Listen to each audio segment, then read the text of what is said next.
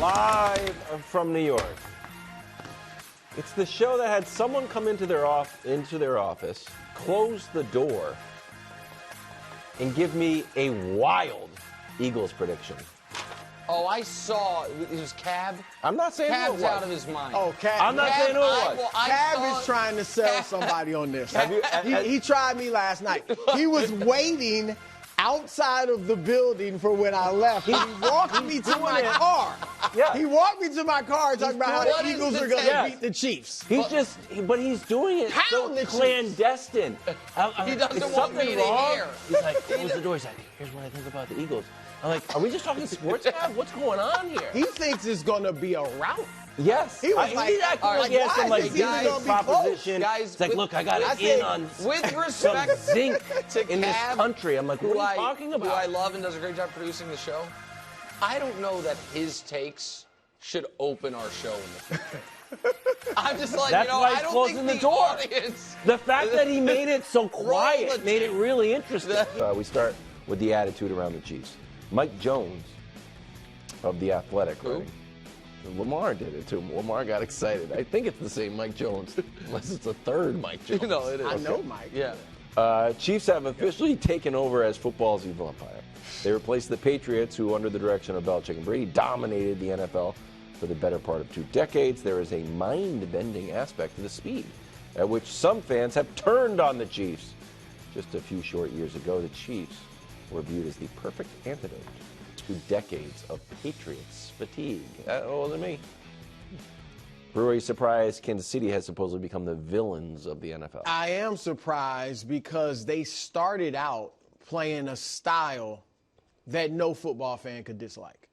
And, you got this, turns into being a legendary quarterback, throwing the football all over the yard, 300 yards here, 50 touchdowns, 40 touchdowns in seasons, MVP in his first years. Like, it was exciting and great. And they were kind of the anti-Patriots, Yes. Who in Brady's first few Super Bowls, kind of defensive oriented. He didn't do a ton of stuff statistically. Also kind of the anti-Patriots in we can win and have fun. Yes. You know what I all mean? of That it was Yep. that it was more the Andy Reid's silliness. so I don't want to say different from silliness, but Belichick. like the ring around the rosy stuff as opposed to the Belichick way. Yep. Sorry, go ahead. No, but so if you had told me 5 years ago when this kind of started that, in 2024, 2025, the Chiefs will be villains, I would have been like, no way.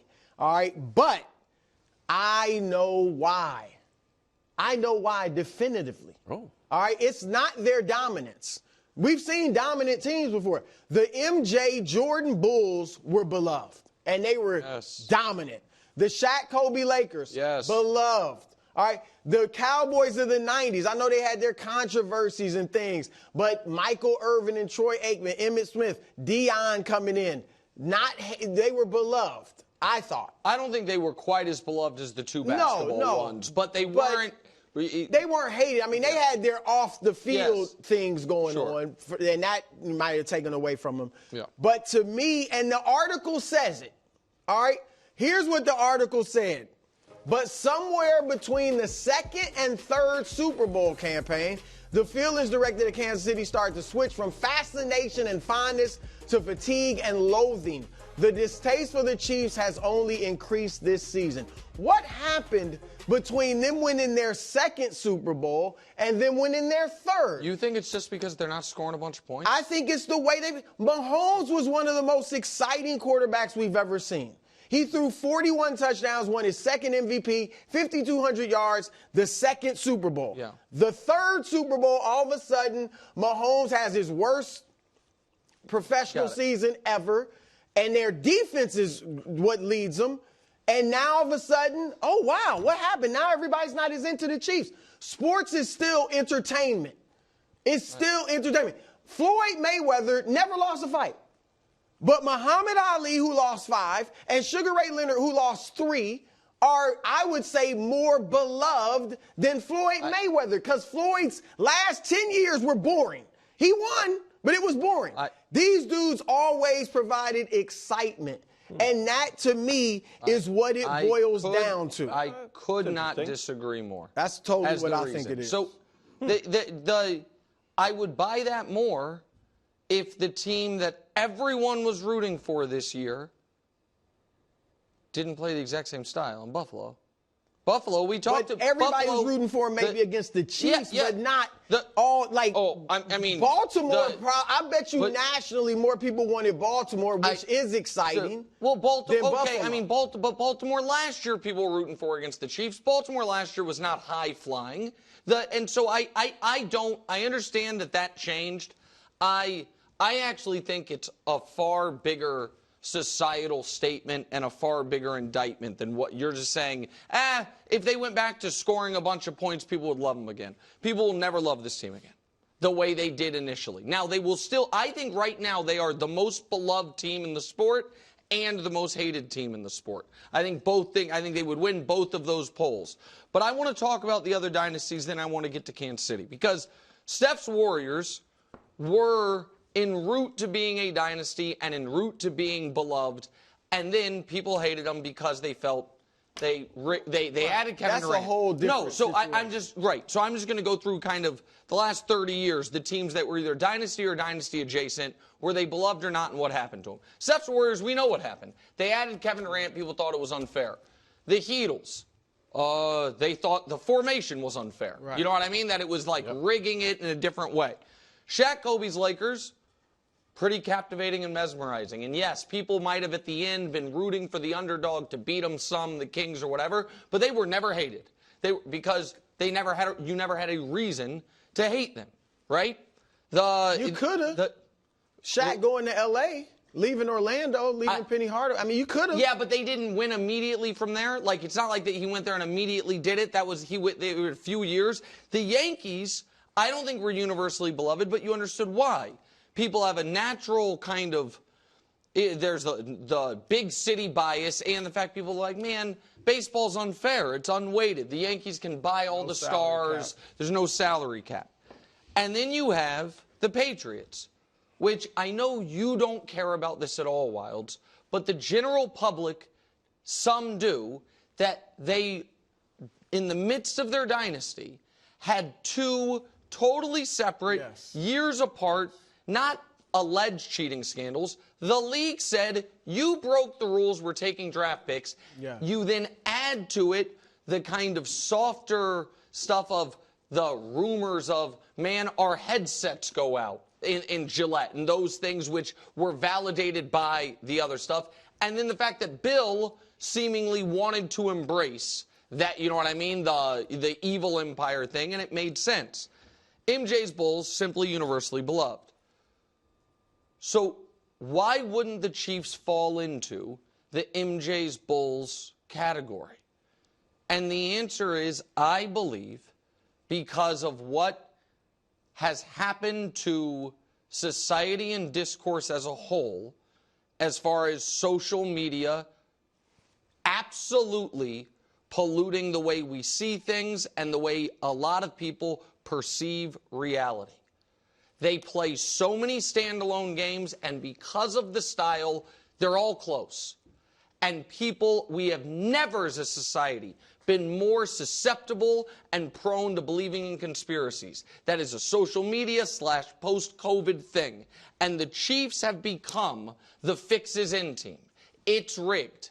And that has made people who are even just casual fans that say, oh, yeah, well, you know what I mean? I saw a thing on Facebook. They get all the calls. And people don't like that. You cannot extract the Chiefs' fall from being America's team to being the team everyone's rooting against from the discourse being so much around, oh, yeah, the Taylor Swift fixes in refs factor. You think that's it? I think that is the single biggest factor, absolutely. I think people have said that about all the great teams. They said that about the Patriots. No. They said that about Jordan's Bulls. That he gives the referees some sneakers and signs them at the end of the game, and they give Mike all the calls. Like, that is nothing new. The NBA decades has fought against the notion that it's fixed. There's no way I think that is the case. So I think that, and this is a compliment to you, and I hope you take it this way, I think one of the reasons you feel that way is because you are so much less online than younger people. I think that, and But are we talking about? So are we talking about what 20-somethings think about the Chiefs? I am talking about what the kind of brain cloud of social media thinks, which I think in 2024, 2025, there are a lot of very influential professional media members that set their show and their discourse based off of what Twitter's talking about. And they step away from it by being like, here's what everyone's saying.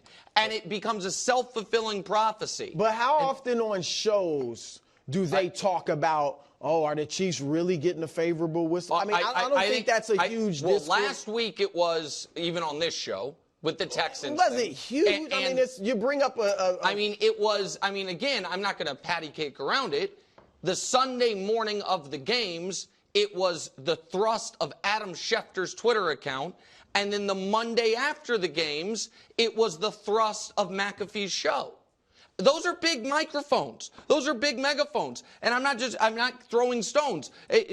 Our friend, J-Mac, is a big proponent of, man, the Chiefs get all the calls. These are both networks, big shows. That's been a topic. That creates distrust like the Patriots cheating scandal did. Like, it just does. It makes them disliked. And so we did less on this show, Brew, on the 4th and inches call than any show in America. That was the lead topic from that game for a lot of shows was, did the Bills get screwed by the refs? And that creates this type of villain stuff. It's why I get so mad about it, because I think it is taking away from what this team has earned. But to Brew's point, since Brew is not online, and when you're online, it feels like everybody's online. Yes. But 54 million people watch that game, and it does feel like the discourse online is certainly louder than the discourse in real life. And the Chiefs continue to sell jerseys, sell out the stadium, be on commercials. So it's the same thing, of reason why you say, well, Brew, the reason that you don't see it is because you're not super online. It's not totally dissimilar to other, elections, and like, I can't believe that happened. My whole online thing was saying the opposite. Because everyone's in their little bubble. There is, I think you and I are in this the Chiefs are getting an unfair whistle social media bubble that I don't think necessarily exists outside of as loudly as it does online. So what I think you guys, I feel like it has broken contain. I feel like that last year, if you remember, Brew, Chiefs played the Jets, and there was last year in the regular season early, there was a Mahomes pick that was taken away by a flag, and that was when online exclusively was the fake stat of Mahomes has had 78 interceptions gone back by. In that moment, the Chiefs get all the calls thing, and there's a weird Taylor Swift thing. The NFL wants the Chiefs to win because of Taylor Swift at the Super Bowl. It was all stupid, and it was purely online. I truly believe my experience, not online, but in consuming mainstream media, is Troy hammering the roughing the passer penalties during the Texans-Chiefs playoff game validated all of that, and it became the story surrounding the Chiefs the last 10 days. I think that's a fair take. I also saw something on which cut through the noise for me. It was someone's tweet, and I wish I had remember the person's name. It was like, hey, everyone who thinks the fix is in, bet the Chiefs. You just bet the Chiefs. Well, You're so confident. You have this whole scheme. The you thing can is actually this, do pretty and well. just to those out there who are gullible enough to think the league is fixing things for the Chiefs, and the article said this. I used to say this about the NBA when, the fix is in the lottery. I'd be like, well, why don't the Knicks ever win the lottery? They will want the Knicks to be great. It's the whole thing. All right? The Chiefs are a small market team. The league would never fix it for a small market team to be so dominant. It would be the Jets, the Giants, or somebody like that. Before we move on to the Eagles, I just want to say this other thing because we kind of got off the beaten track. I also reject the idea that there is a lot of animosity towards the Chiefs. That people, I hate the Chiefs. I flatly don't buy hate watching. I don't.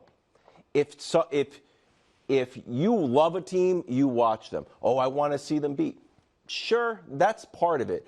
But the way that you hate it is just like as long as you're passionate about a team, that is so much better than being apathetic about the Jags. So anyone that says they hate, you don't really. You don't. You don't spend your time with shows that you don't like, with teams that you don't like, with people that you don't like, with foods you don't like. If you are spending your time, it's the old people vote with their eyeballs. If you are spending time watching the game, you have an interest in the game. Yeah, you're rooting for the other team. I do not believe two teams in play. I would say I do not believe that 54 million people, that there is a sizable chunk there that are tuning in with furrowed brows watching. No, the Chiefs they're tuning in because they think this is the time they're going to get their comeuppance. So sure, that is a David and Goliath story. Yes, that's what I'm saying. I buy. Yeah. I do not, but people have taken the David and Goliath story and inserted hate in there, and I think it discolors. Okay, that's fair. The NFL overall. Go ahead, Bruce. Well, no, I was going to say, in support of what Wilds is saying, are they really hated? We know we live in a completely polarized society as far as politics. When Mahomes' family, because of his wife, supported Trump, that was a reason people could have, half the country could have really jumped on Mahomes and Kansas City and, oh, he's a Trump supporter and all that, and gone at them. I didn't see that happen for the most part. And so to me, that kind of supports you. That was a reason that a lot of people could have been like, see, that's why I hate the Chiefs. And you didn't get that. I think you didn't get it because Mahomes is so great that people let him go. Maybe we'll do this as a social experiment with our great social media person, Gianna. I think that if either one of you guys borrowed one of my Chiefs hats or sweatshirts and walked down the street, I would bet any amount of money that one of the first 3 people to comment on it would say something about officiating. It's my experience, and I think it is not an online thing. I think it is on the ride into work Monday. The guy driving the car, who had no idea who I was but knew I was in sports, said, man, Chiefs again get away with it. I didn't know that I wanted to then be like, sir, you need to pull over and let me out of the car. It is broken contain in a way. I think you guys are underestimating how much the officiating stuff plays into all of this. Just my experience. Maybe I'm too online. Okay. Thanks for watching. Subscribe here to get more from the show and to check out clips from other shows on FS1.